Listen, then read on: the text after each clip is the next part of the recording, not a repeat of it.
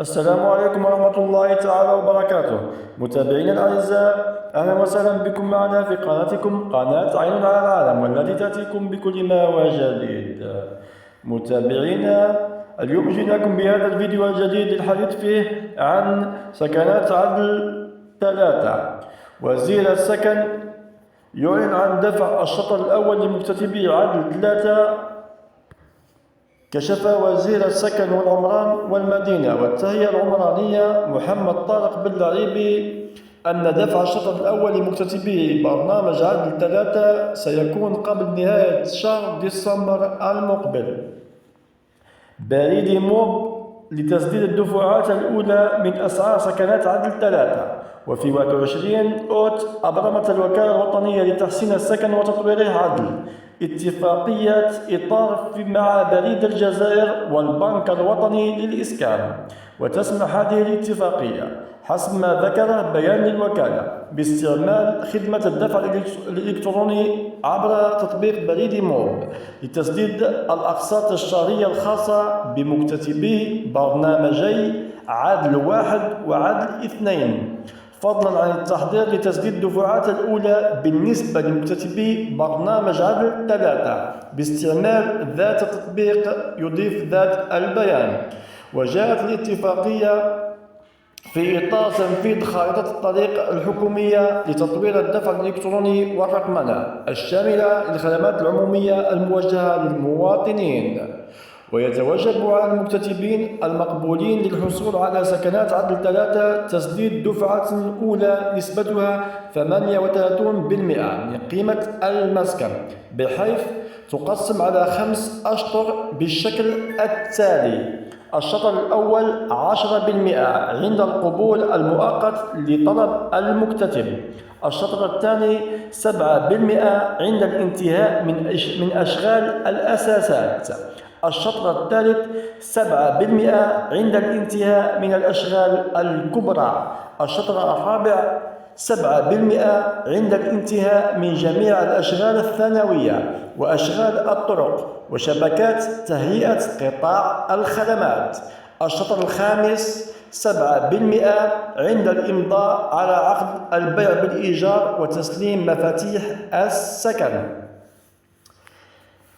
أكثر من 1,170,000 مسجل تمكنوا من الاطلاع على نتائج دراسة ملفاتهم، وقد تمكن ما يزيد عن 1,170,000 مسجل في منصة عدل 3 من الولوج أي الدخول إلى حساباتهم والاطلاع على نتائج دراسة ملفاتهم إلى غاية مساء الثلاثاء من يوم 29 جويلية الماضي، حسب ما أكده بيان الوكالة الوطنية لتحسين السكن وتطويره عدل.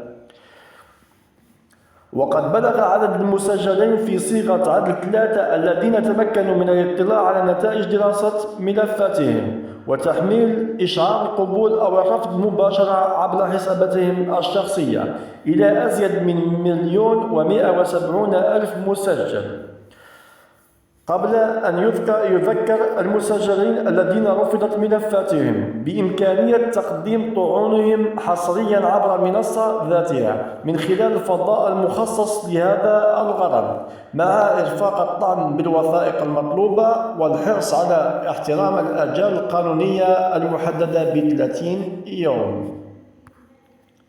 وفي حالة رفض الملف بسبب وجود نقص في الوثائق اللازمة للاكتتاب، يمكن للمسجل المرفوض إجراء طعن على نتيجة التسجيل مع تحميل الوثائق المطلوبة من أجل إعادة معالجة ودراسة ملفه من جديد. وسجل الاستفادة من سكنات عدل 3 أكثر من 1,440,000 مواطن عبر المنصة الرقمية المخصصة للعملية في الفترة الممتدة ما بين 5 و 18 جويلية من 2024. وقالت وزارة السكن والعمران والمدينة بعد اختتام التسجيلات أنها ستستأنف من جديد مباشرة بعد دراسة جميع طلبات الاكتتاب.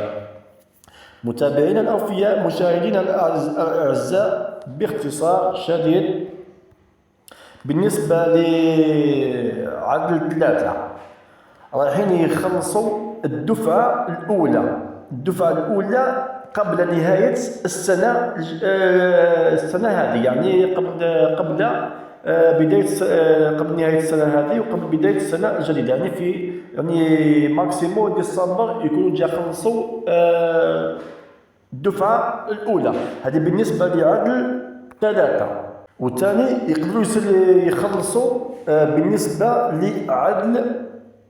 لعدل 1 وعدل 2 يقدروا يخلصوا الدفعات نتاعهم عبر بريدي مول. فهمتوا خاوتي؟ عدل 1 وعدل 2 يقدروا يخلصوا عبر بريدي مول. وكذلك برنامج عدل 3 يقدروا يخلصوا الدفعة الأولى فقط. بالنسبة لبرنامج عدل 3 لحد الآن يقدروا يخلصوا الدفعة الأولى عبر بريدي مول. فهمتوا خاوتي؟ أما بالنسبة اللي يخلصوها تاع عدل 3، بالنسبة النسبة اللي راح يخلصوها هي 38% من قيمة المسكن. فهمتوا خاوتي؟ وهذه النسبة تقسم، هذه النسبة اللي 38% تقسم على 5 أشطر. الأول كما قلنا 10%، الشطر الثاني 7%، الشطر الثالث 7%، والرابع 7%، والخامس 7%. يعني الشطر الأول برك 10%، وهذيك الأشطر في 4 7%. بالنسبة للناس اللي قبلوها بالسما لحد الآن هي أكثر من 1,170,000.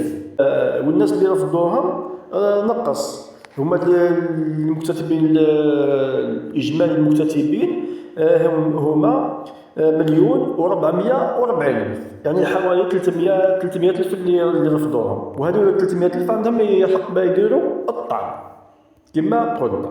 الأعزاء مشاهدينا الأوفياء، لا تنسوا الاشتراك في القناة وتفعيل جرس التنبيه، ولتساؤلاتكم اكتبوا في التعليقات ونحن نجيب.